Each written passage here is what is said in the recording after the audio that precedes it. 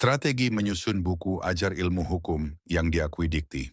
Bapak Ibu dosen, dalam video singkat ini akan dibahas langkah praktis menyusun buku ajar ilmu hukum yang tidak hanya membantu mahasiswa berpikir yuridis, tetapi juga memenuhi standar Dikti dan bernilai untuk pengembangan karier dosen.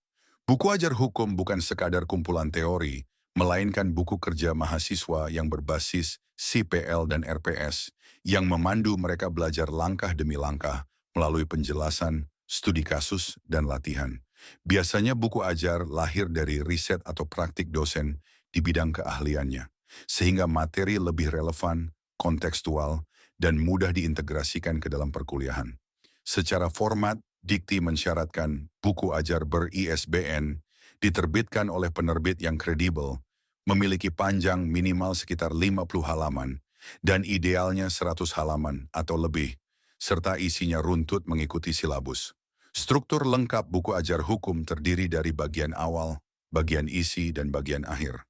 Bagian awal meliputi sampul, halaman judul, prakata dari penulis, kata pengantar, dan daftar isi yang tersusun rapi. Bagian isi berisi bab-bab sistematis yang diawali overview dan capaian pembelajaran, diikuti uraian konsep hukum, contoh kasus atau putusan pengadilan, serta latihan atau tugas terstruktur di setiap bab. Bagian akhir biasanya memuat daftar pustaka yang konsisten, glosarium istilah hukum, indeks, dan jika perlu lampiran seperti data penelitian atau dokumen pendukung. Strategi menulis materi hukum. Dalam menulis materi, gunakan alur penalaran hukum yang jelas.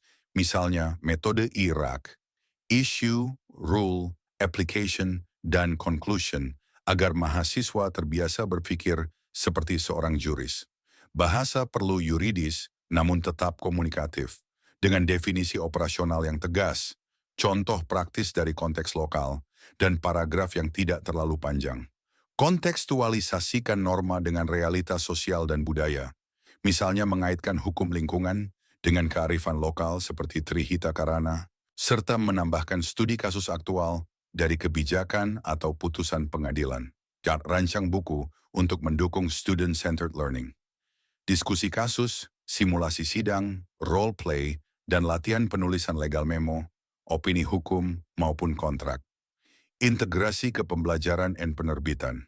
Susun urutan bab agar selaras dengan RPS per pertemuan, sehingga buku ajar menjadi tulang punggung kelas dan sumber utama soal ujian, tugas, dan asesmen.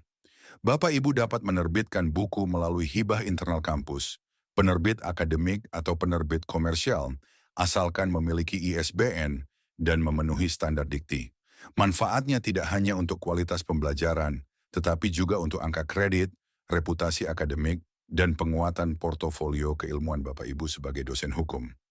Mulailah dari satu mata kuliah inti, kembangkan bab-bab berbasis RPS, dan jadikan buku ajar hukum sebagai warisan intelektual Bapak Ibu bagi mahasiswa dan profesi hukum. Salam teladan dan unggulan dari Rai Utama Dosen Universitas Dianapura Bali.